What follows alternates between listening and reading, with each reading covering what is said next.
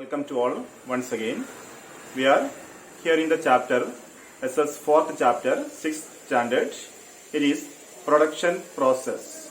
Okay, and in this chapter we already discussed many more things, and now we are here in the last part of this chapter. In this chapter, here today we are discussing about the factors of production and the remuneration for the factors of production. As we discussed, there are four factors of production. The first one is land, second one is labor, third one is capital, and the fourth one is organization. These four are the four factors of production, and all these four factors are receiving their remuneration for their effort or their present in the production process. The remuneration for land, it is the rent, as we discussed it. Okay, and the second one is labor. Labor received, or laborers are receiving the remuneration in the form of wage. We are calling it is wage. And the third one is capital. Capital is paid, it is interest. Okay, and the fourth one is organization. For the organization or the organizer getting the reward, it is called as the profit. This all we already discussed in the previous classes. And based on this, there are some simple questions are there. Let us discuss those questions. The first one is, what is the objective of an organizer? What is the objective of an organizer? The objective of an organizer, it is to make profit. The answer is profit. Okay. And what are the responsibilities of an organizer in the production process? What are the responsibilities? The responsibilities of an organizer, it means to coordinate all other three factors of production. It is the responsibility. And he is the one, the organizer or the organizer, he is the one taking all the risks to the production process, in the production process. So, he is the one coordinating all the other three factors of production: land, labor and capital. And what are the factors that the organizer should coordinate? The factors the organizer should coordinate, as we discussed already: land, labor and capital. And how can the skill of a coordinator be enhanced? How the skill of an organizer can be enhanced? It means the skill of an organizer can be enhanced while giving or through giving the proper training, proper skill development training. Like this, we can improve or enhance the skill of an organizer. Okay, and the coordinated functioning of the factors of production leads to the production. It means the coordinated functioning of the factors of production finally leads to the production, which is an economic activity and result in the products. Finally, the result of the coordination of the factors of production, it is in the form of product. And to satisfy human wants, products are essential. It means daily use. To satisfy our n number of needs, it is essential, the production. Okay, to satisfy our wants. This makes production a continuous process. It means day by day our needs are increasing, and every day we need many more things. So production will be a continuous process. Okay, and let us see how it become a continuous process. How it become a continuous process. It means the production become a continuous process, and how it become a continuous process, this we need to learn in detail. Okay, that part we are discussing now. The first one is circular flow of economic activities we need to discuss. There is a subtitle. Okay, here the production unit. The production unit produces goods and services. Production units are producing goods and services. Not only goods, as we discussed in the beginning. Okay. Services also there. The service of a teacher we know. Service of a banking professional.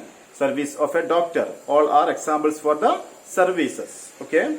And the household units consumes them. It means the services and the products are consumed by the households. Okay. It means the persons. They are consuming those services and the products. We have seen that the products are consumed to satisfy human wants. The products, it means goods and services, are consumed for satisfying human needs or human wants. Like this, there is a flow of factors of production and the remuneration of the factors of production. Human wants are many, as we discussed earlier. Human wants are many. Unlimited wants are there. Okay. And when we satisfy, we want, another emerges. When we satisfy one want, another emerges. It means once we completed one of our needs, immediately or soon after, our another requirements or needs will be emerge. Okay. And with change in wants, goods and services also change correspondingly and they need to be produced. It means once we completed using of a product, next day we need to use another product. So the production will be a continuous process. Hence this process is continuous. So the production process is a continuous process. And what all can be found out? What all can be found out from the figure given in your textbook? There is a figure of the flow of the human wants or the remuneration they are receiving and the factors of production. Okay. The first one you can see, there you can see the households. The household unit supplies the land, labor, capital and organization to the production unit. The household sector, it means the peoples, the human beings, they are giving the factors of production for making possible the production of an item. Okay. So they are giving the land, they are giving the labor, they are giving the capital and organization. All these four factors are done by the household units. The household units is given rent, wage, interest and profit, etc. as divided by the production unit. While they are participating in the production process, they receives the remuneration in the form of rent, wage, interest and profit. Okay. So household participated in the production process. It means persons like us. Okay. And they are receiving the income in different names. The names as I told, rent, wage, interest and profit. The production unit supplies goods and services to the household unit. The production unit supplies. So they participated in the production process and products are there. Items are produced and households received already the remuneration. And what they are doing? The households are buying those products. The households are consuming those products, what it is produced to satisfy their needs. And again, the income they received, the households received the income, the same amount or the same income what they received, it is again flowing to the production units. Okay.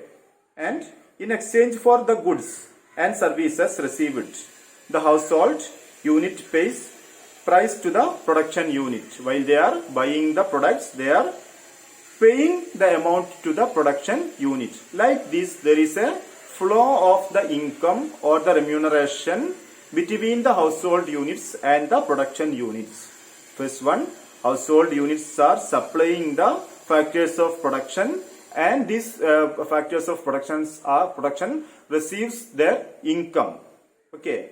Once they received the income, households, they are supplying they are buying the products from the production unit. Again, they are paying the amount to the production unit. Like there is a flow of the income between the production units and the factors of production. Since production and consumption are continuous, the economic activities follow a circular pattern. It is a circular pattern. It means since the economic activities are a continuous process. Okay, consumption is continuous process, production is continuous process. This is why.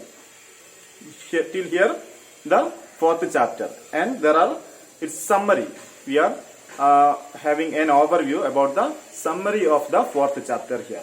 Goods are things that are tangible and visible and are used to satisfy human wants. While the beginning of this chapter, we already discussed about this. Goods are visible and we can touch the goods. Okay, and are used to satisfy human wants. We already discussed this. Services also satisfies human wants but are intangible and invisible. Services we cannot see and we cannot touch the services. But in case of the goods, what we can say, as I am telling, see this, it is a mobile phone. This is a good or good, it's a part of goods. Okay, this product we can touch it and we can see this. But a service, we cannot touch that service and we cannot see. Sometimes we can see. Okay, and to consume goods and services in accordance with our requirements, we need to produce them.